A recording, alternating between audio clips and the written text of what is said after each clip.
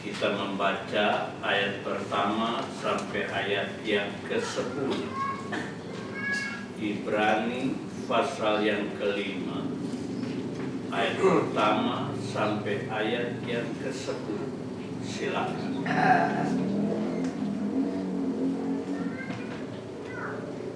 Yesus sebagai imam besar. Sebab setiap imam besar yang dipilih dari antara manusia ditetapkan bagi manusia dalam hubungan mereka dengan Allah, supaya ia mempersembahkan persembahan dan korban karena dosa. Ia harus dapat mengerti orang-orang yang jahil dan orang-orang yang sesat, karena ia sendiri penuh dengan kelemahan, yang mengharuskan untuk mempersembahkan korban karena dosa, bukan saja bagi umat, tetapi juga bagi dirinya sendiri. Dan tidak seorang pun yang mengambil kehormatan itu bagi dirinya sendiri, tetapi dipanggil untuk itu oleh Allah, seperti yang telah terjadi dengan Harun. Demikian pula Kristus tidak memuliakan dirinya sendiri dengan menjadi imam besar, tetapi dimuliakan oleh Dia yang berfirman kepadanya, "Anakku, engkau telah kuperanakan pada hari ini," sebagaimana firman-Nya dalam suatu nas lain, "Engkau adalah imam untuk selama-lamanya menurut peraturan Melkisedek." Dalam hidupnya sebagai manusia, ia telah mempersembahkan doa dan permohonan dengan ratap tangis dan keluhan kepada Dia yang sanggup menyelamatkannya dari maut. Dan karena kesalahannya ia telah didengarkan, dan sekalipun ia adalah anak, ia telah belajar menjadi taat dari apa yang telah dideritanya, dan sesudah ia mencapai kesempurnaannya, ia menjadi pokok keselamatan yang abadi bagi semua orang yang taat kepadanya. Dan ia dipanggil menjadi imam besar oleh Allah menurut peraturan Melkisedek. Imam besar itu dipilih dari antara manusia. Imam besar itu dipilih dari antara manusia. Ditetapkan bagi manusia dalam hubungan mereka dengan Allah, supaya ia mempersembahkan persembahan dan korban karena dosa. Seorang imam besar itu dipilih dari antara manusia.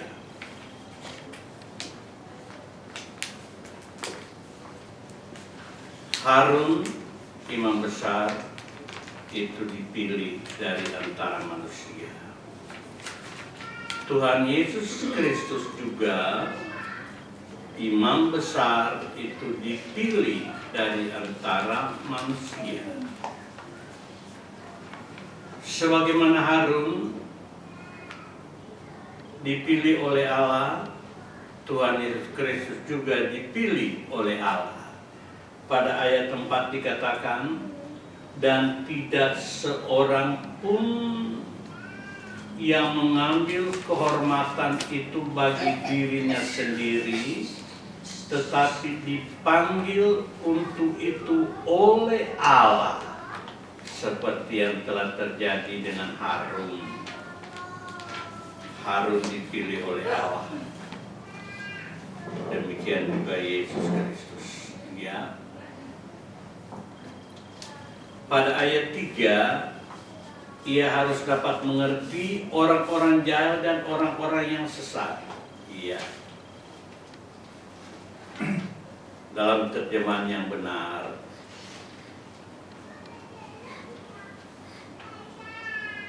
ayat yang kedua itu dikatakan, Ibrani pasal 5 ayat yang kedua.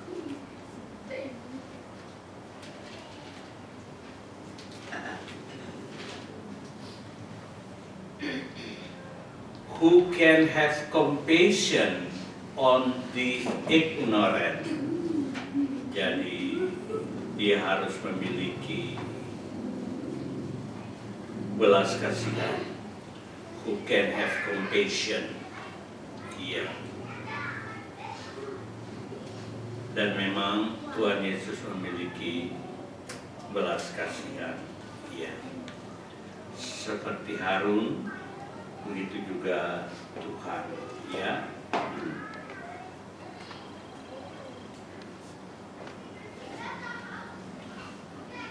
Pada ayat yang ke-8,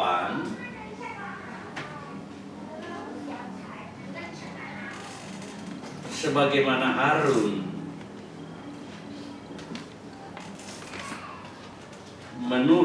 belajar menurut, begitu juga Yesus, ya. Dan sekalipun ia adalah anak, ia telah belajar menjadi taat dari apa yang telah dideritanya.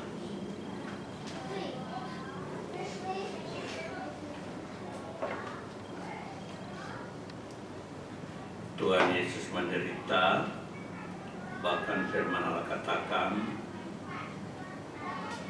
Dia menderita sampai mati di kayu salib, ya. Filipi pasal 2. Filipi pasal yang kedua. Dia bukan saja menderita, tetapi dia bahkan mati di kayu salib. Filipi 2 ayat yang ke-10. Filipi 2 ya, ayat yang ke-8, maafkan. Dan dalam keadaan sebagai manusia, ia telah merendahkan dirinya dan taat sampai mati, bahkan sampai mati di kayu salib. Iya. Yesus, ya, merendahkan diri dan taat sampai mati, bahkan matinya tidak enak, ya. Matinya itu saat dia tergantung di kayu salib. Iya, sangat menderita.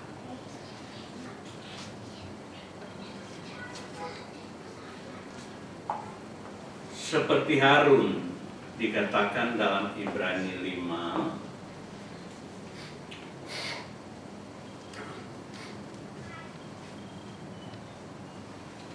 dikatakan yang mengharuskannya untuk mempersembahkan korban karena dosa, bukan saja bagi umat tapi juga bagi dirinya sendiri. Seperti Harun, ya, dikatakan mempersembahkan korban, berdoa, ya. Yesus juga demikian.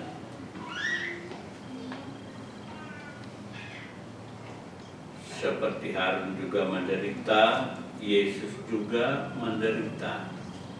Tapi ada yang tidak atau tidak sama dengan Harun, ya. Pada Ibrani 5 ayat 5 dikatakan ia menjadi imam besar, tetapi dimuliakan oleh Dia yang berfirman kepadanya, "Anakku, engkau telah kuperanakan pada hari ini." Ini perbedaannya, ya.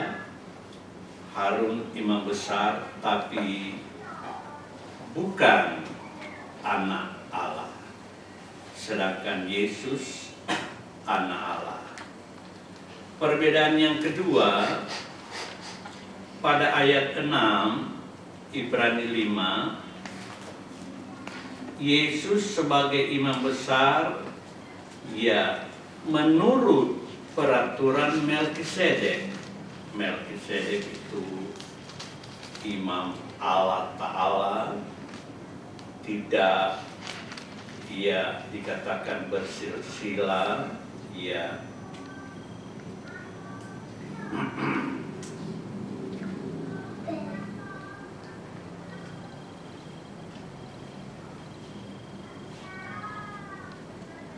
Melkisedek itu juga imam besar yang membawa roti dan anggur ketika Abraham berperang dan menang. Abraham menyambut Melkisedek atau Melkisedek menyambut Abraham dengan roti dan anggur. Dia tidak lain adalah pribadi Tuhan Yesus Kristus sendiri, sebab yang membawa roti dan anggur itu tidak ada lain, ya. Kalau dalam Alkitab kita membaca yang menjadi tanda salah satu bagi Yesus adalah bagaimana dia memecahkan roti dan memberikan anggur kepada murid-muridnya.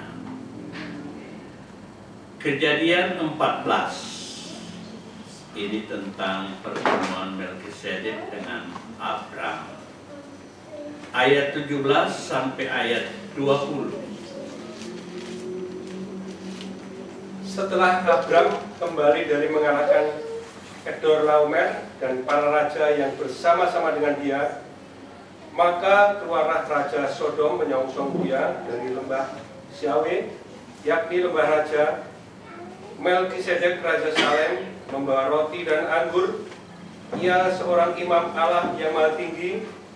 Lalu ia memberkati Abram, katanya, "Diberkatilah Abram oleh Allah yang Maha Tinggi, pencipta langit dan bumi, dan terpujilah Allah yang Maha Tinggi yang telah menyerahkan musuhmu ke tanganmu."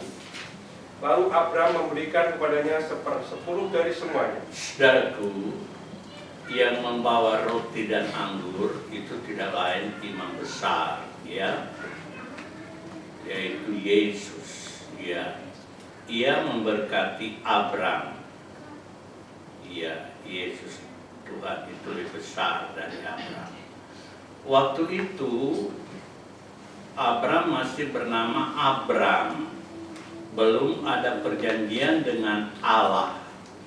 Setelah ada perjanjian, Abram bukan lagi Abram namanya, tapi Abraham. Ya. Sebelum ada perjanjian dengan Allah, Abram telah memberikan 1/10 kepada Melkisedek. Ya. 1/10 dari semuanya.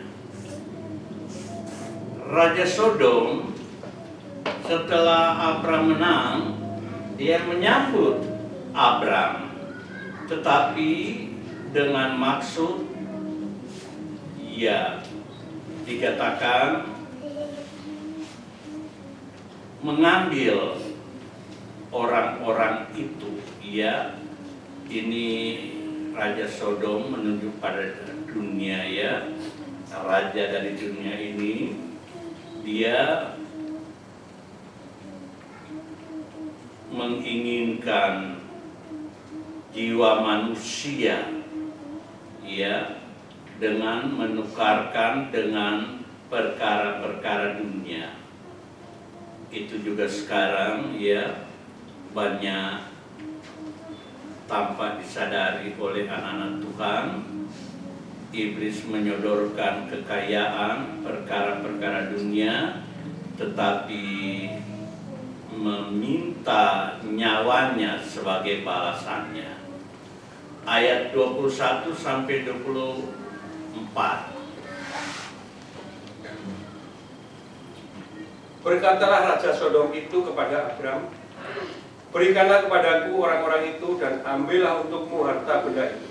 Tetapi kata Abram kepada Raja negeri Sodom itu, "Aku bersumpah demi Tuhan, Allah yang Maha Tinggi, pencipta langit dan bumi, aku tidak akan mengambil apa-apa dari kepunyaanmu itu, sepotong benang atau tali kaset pun tidak, supaya engkau jangan dapat berkata, aku telah membuat Abram menjadi kaya.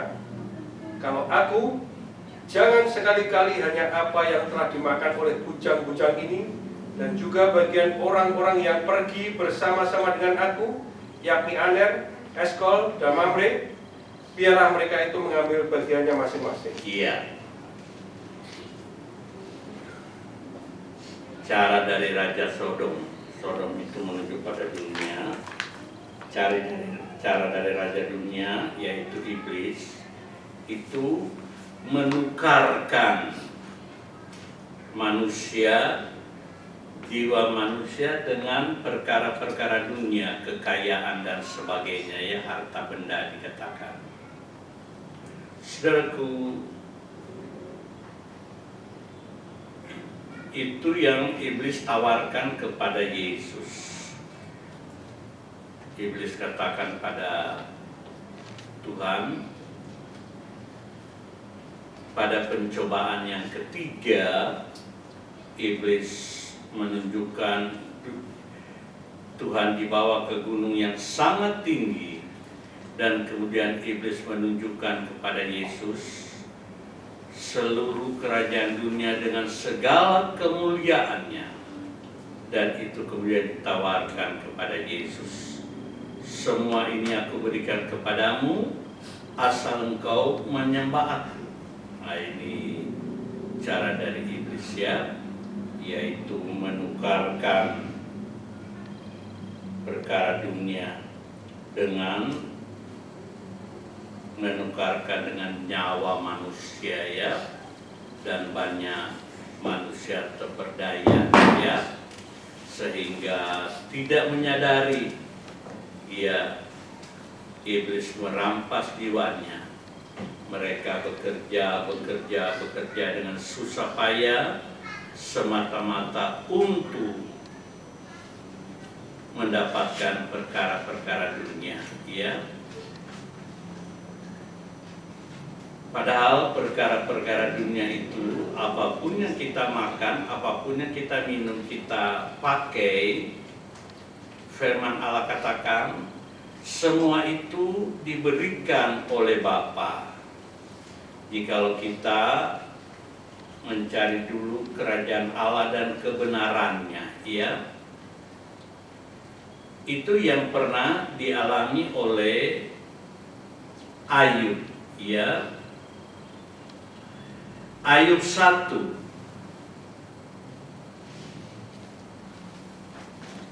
Ayub 1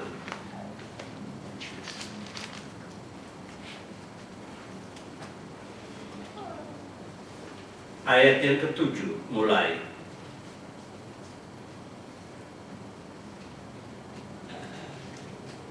Maka bertanyalah Tuhan kepada iblis, dari mana engkau? Lalu jawab iblis kepada Tuhan, dari perjalanan mengelilingi dan menjelajah bumi. Lalu bertanyalah Tuhan kepada iblis, apakah engkau memperhatikan hambaku Ayub? Sebab tiada seorang pun di bumi seperti dia, yang demikian saleh dan jujur, yang takut akan Allah dan menjauhi kejahatan. Lalu jawab iblis kepada Tuhan, apakah dengan tidak mendapat apa-apa Ayub takut akan Allah? Bukankah engkau yang membuat pagar sekeliling dia dan rumahnya serta segala yang dimilikinya? Apa yang dikerjakannya telah kau berkati, dan apa yang dimilikinya makin bertambah di negeri. Iya, apa yang dimilikinya makin bertambah. Itu bukan dari jeripayanya, tetapi dari Tuhan. Iblis tahu itu pemberian Tuhan. Iblis katakan, apakah dengan tidak mendapat apa-apa Ayub takut akan Allah? Bukankah engkau yang membuat pagar sekeliling dia dan rumahnya serta segala yang dimilikinya? Apa yang dikerjakannya telah kau berkati, dan apa yang telah dimilikinya makin bertambah di negeri itu. Ini yang dialami Ayub. Iya.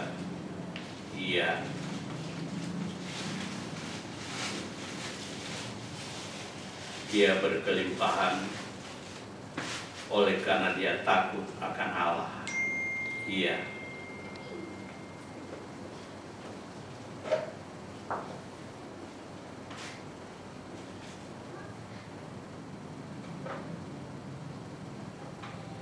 Ayub yang kedua, pada Ayub 41, Ayub 41 ayat 12 sampai ayat 16 sampai 17, sekali lagi Tuhan memberkati Ayub.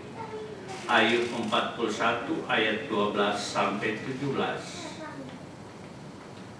Nafasnya menyalakan bara. Ayub 41. Ayub 42 ayat 12 sampai 17.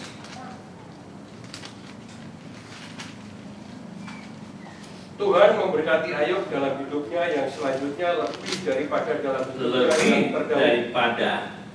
dalam hidupnya yang dahulu. Teruskan. Ia mendapat 14.000 ekor kambing domba dan 6.000 onta, 1.000 pasang lembu dan 1.000 ekor keledai betina. 13. Ia juga mendapat 7 orang anak laki-laki dan 3 orang anak perempuan.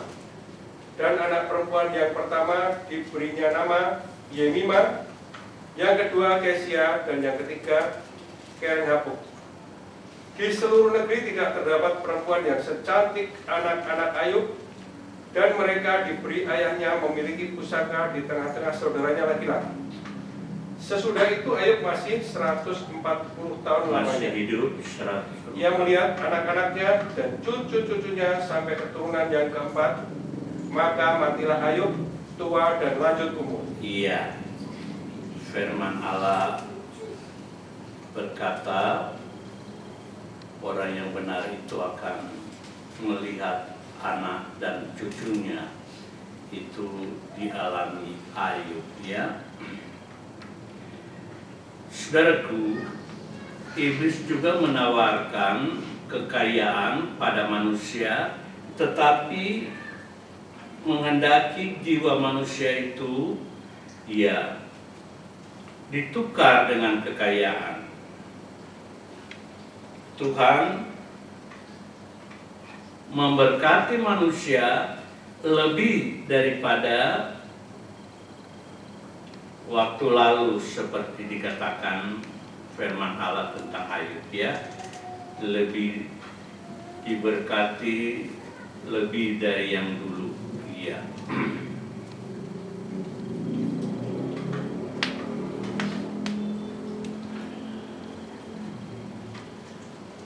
Saudaraku, Harun tidak seperti Yesus.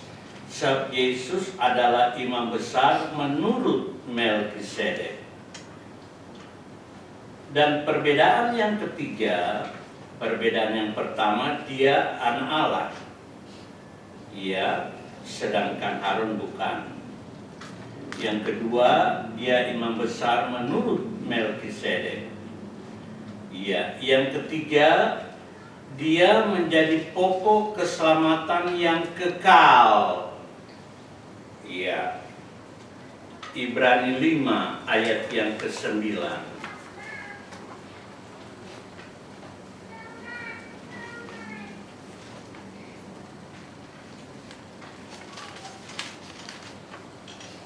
Dan sesudah ia mencapai kesempurnaannya, ia menjadi pokok keselamatan yang abadi bagi semua orang yang taat kepadanya. Iya.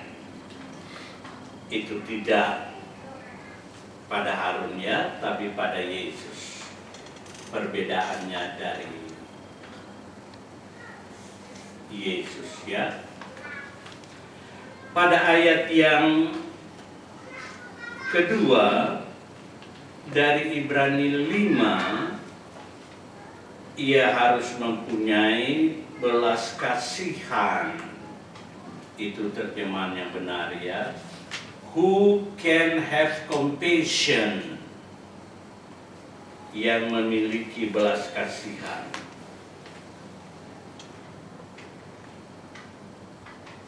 Dan Yesus memang dia memiliki belas kasihan yang besar, ya, compassion, iya. Kita lihat contoh-contoh belas kasihan daripada Yesus. Pertama, Matius 9 ayat 36. Matius 9 ayat 36. Melihat orang banyak itu, tergeraklah hati Yesus oleh belas kasihan kepada mereka, karena mereka lelah dan terlantar seperti domba yang tidak bergembala. Iya, saudaraku, belas kasihannya dikatakan, tergeraklah hati Yesus dengan belas kasihan,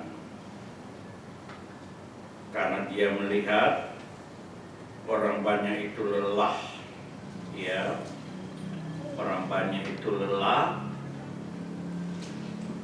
dan terlantar tanpa ada gembala, ya. Saudaraku, memang tanpa gembala domba-domba itu bercerai-berai, ya. Tidak ada yang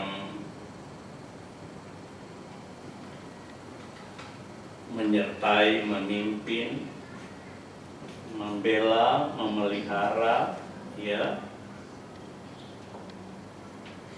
Yesus hatinya tergerak oleh belas kasihan.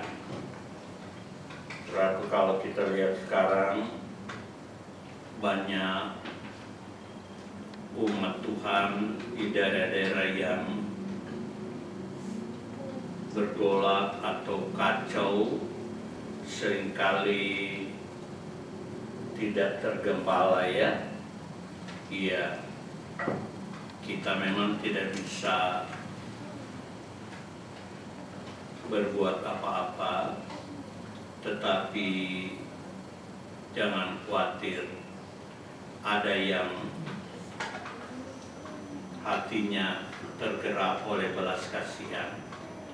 Sebab itu saya tidak ragu pembelaan Tuhan, pemeliharaan Tuhan bagi umatnya, ya, yang berada di daerah-daerah yang mungkin sukar untuk beribadah, ya.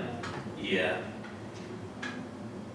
Tetapi Tuhan setia menyertai mereka, ya.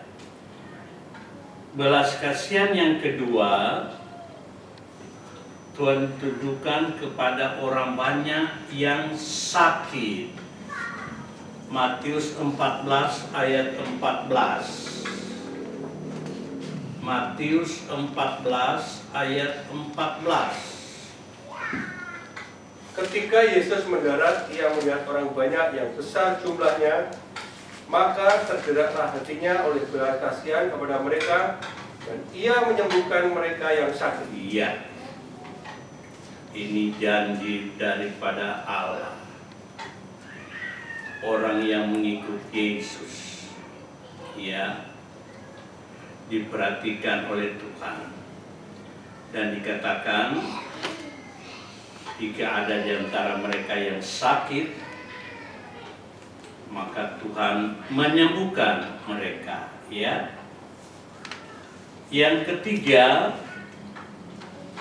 belas kasihan Tuhan kepada orang banyak yang lapar. Matius 15 ayat 32.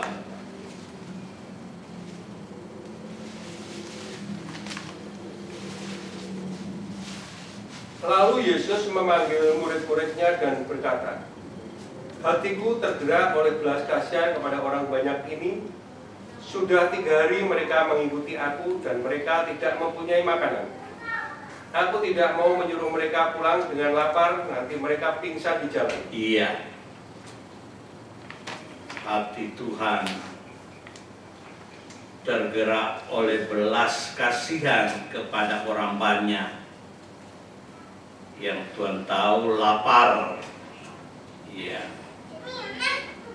Sebab itu bagi anak-anak Tuhan tidak ada kekhawatiran, ya, karena pembelaan Tuhan itu yang sakit, yang lapar, ya, yang lelah seperti domba tidak bergembala, ya. Saudaraku, itu semua diperhatikan oleh Tuhan, dan saya percaya itu sampai sekarang tidak berubah. Sebab kasih Tuhan itu tidak berubah, ya. Yang keempat, belas kasihan Tuhan kepada seorang perempuan janda. Nah itu ya, saudaraku, saat itu firman Allah katakan, memperhatikan seorang janda itu ibadah yang sejati, ya, ibadah yang murni dan tak bercacat di hadapan Allah. Yakobus 1 ayat 27 kita baca. Ibadah yang murni dan yang tak bercacat di hadapan Allah Bapa kita ialah mengunjungi yatim piatu dan janda-janda dalam kesusahan mereka dan menjaga supaya dirinya sendiri tidak dicemarkan oleh dunia. Iya, mengunjungi yatim piatu dan janda-janda dalam kesusahan mereka. Itu ibadah yang murni dan tak bercacat di hadapan Allah. Pengikut-pengikut Yesus memperhatikan para janda di dalam kesusahan mereka, sebab sesembahan kita Yesus itu menaruh belas kasihan kepada seorang perempuan janda. Ini yang keempat, Lukas 7 ayat 13. Lukas 7 ayat 13.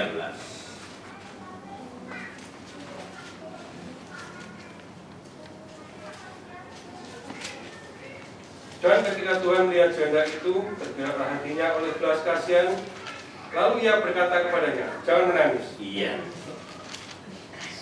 saudaraku, janda ini tidak bisa berbuat apa-apa lagi karena dia seorang janda, sedangkan anak tunggalnya itu meninggal.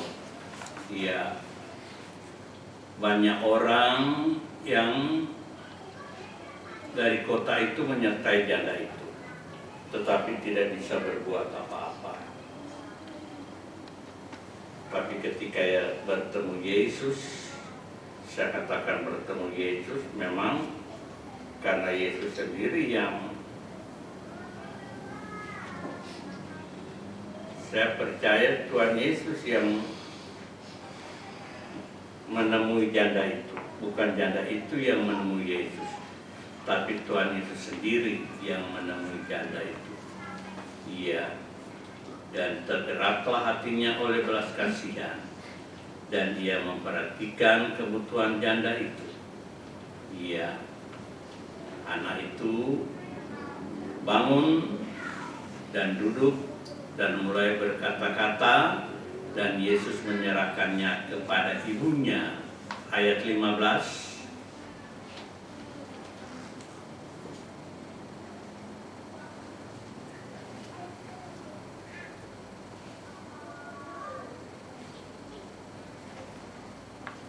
Lukas 7 ayat 15. Maka bangunlah orang itu dan duduk dan mulai berkata-kata, dan Yesus menyerahkannya kepada ibunya. Ya, ini Yesus ya, saudaraku, tidak memisahkan ya janda itu dengan anaknya, ya, ya, serahkan kembali kepada ibunya.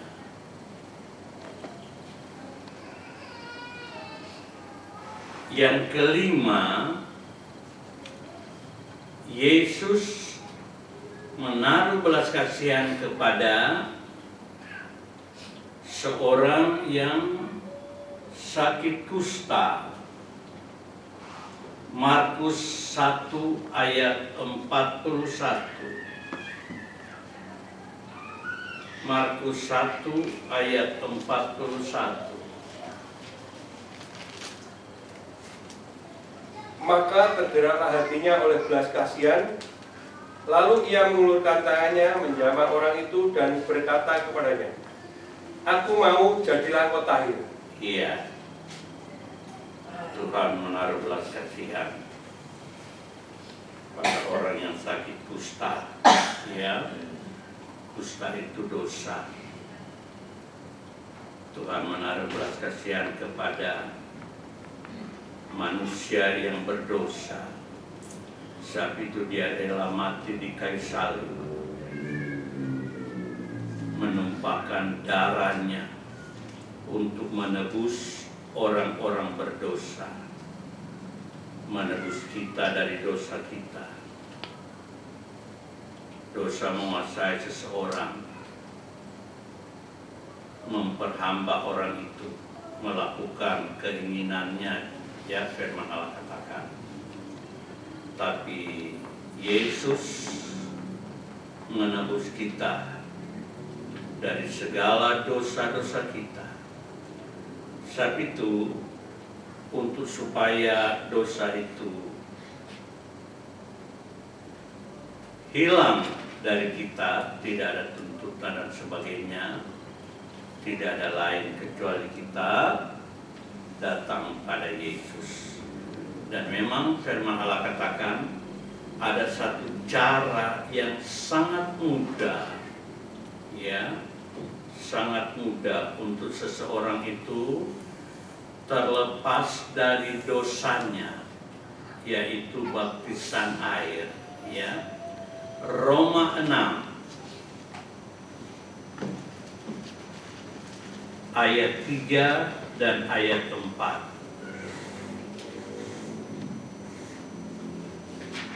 Atau tidak tahukah kamu bahwa kita semua yang telah dibaptis dalam Kristus telah dibaptis dalam kematiannya? Dengan demikian kita telah dikuburkan bersama-sama dengan Dia oleh baptisan dalam kematian, supaya sama seperti Kristus telah dibangkitkan dari antara orang mati oleh kemuliaan Bapa, demikian juga kita akan hidup dalam hidup yang baru. Iya. Dosa-dosa itu dikuburkan beserta dengan kematian Yesus di dalam baptisan air. Jadi waktu kita dibaptis, kita mengambil bagian, dikuburkan beserta dengan kematian Kristus. Sebab itu, seperti Kristus bangkit dari antara orang mati oleh kemuliaan Bapa, demikian juga kita keluar dari dalam air dalam kehidupan yang baru. Iya.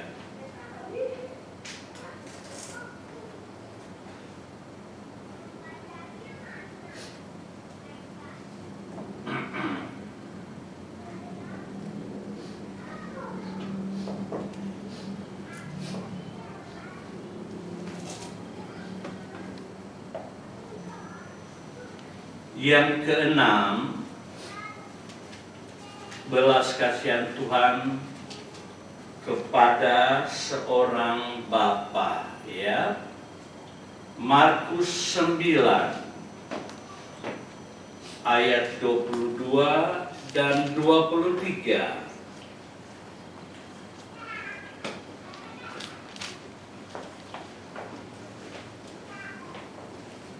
Dan seringkali roh itu menyeretnya ke dalam api ataupun ke dalam air untuk membinasakannya. Sebab itu jika engkau dapat berbuat sesuatu, tolonglah kami dan kasihanilah kami. Jawab Yesus, katamu jika engkau dapat. Tidak ada yang mustahil bagi orang yang percaya. 24. Segera ayah anak itu berteriak, aku percaya, tolonglah aku yang tidak percaya itu. 25. Ketika Yesus melihat orang banyak makin datang berkerumun, ia menegur raja itu dengan keras, katanya, hei roh yang menyebabkan orang menjadi bisu dan tuli, aku memerintahkan engkau keluarlah daripada anak ini dan janganlah merasukinya lagi.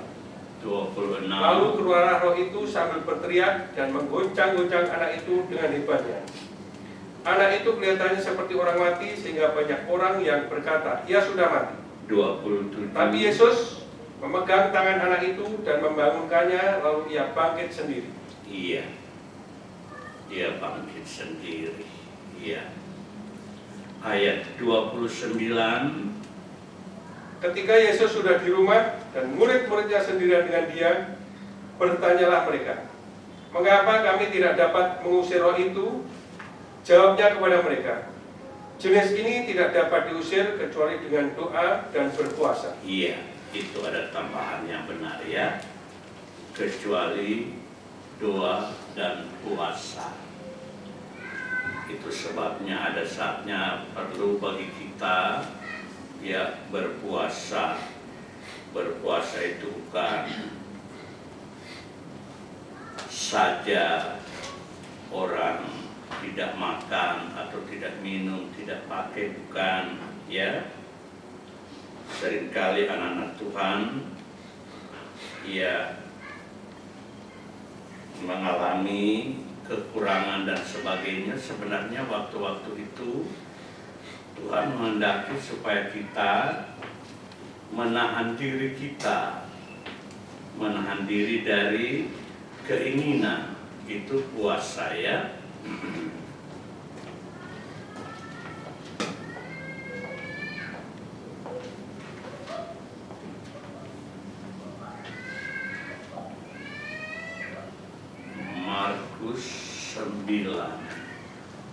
Markus 9, iya, ayat ke-29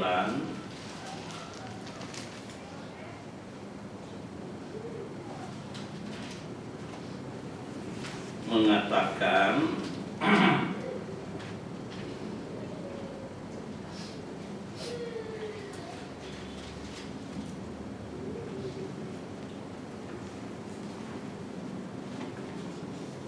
Markus 9 ayat 29.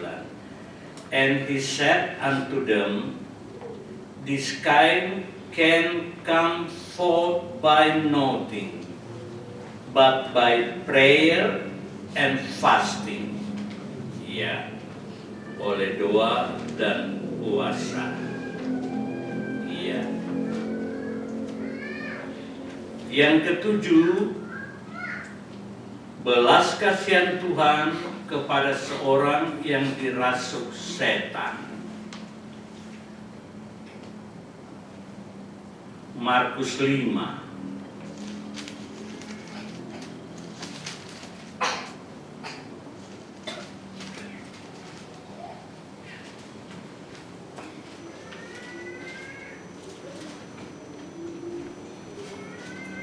ayat yang ke-19.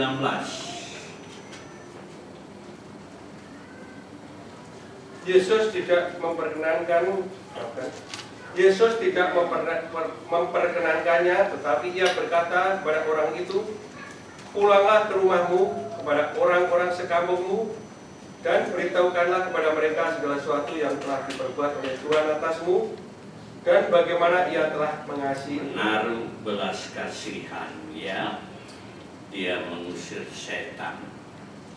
Saudaraku, Yesus sebagai imam besar, dia menaruh belas kasihan kepada kita ya. Apapun keadaan kita, dikatakan ya,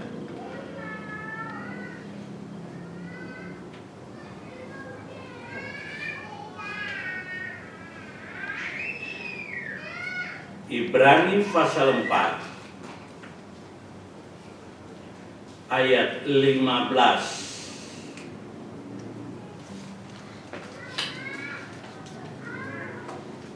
Sebab imam besar yang kita punya bukanlah imam besar yang tidak dapat turut merasakan kelemahan-kelemahan kita. Sebaliknya sama dengan kita, ia telah dicobai, hanya tidak berbuat dosa. Iya, imam besar yaitu Yesus, dia telah dicobai, hanya tidak berbuat dosa. semua mengikut Kristus bisa terkena coba, tapi kita mencontoh Yesus. Jangan saat pencobaan itu berbuat dosa ya. Tuhan memberkati kita. Saya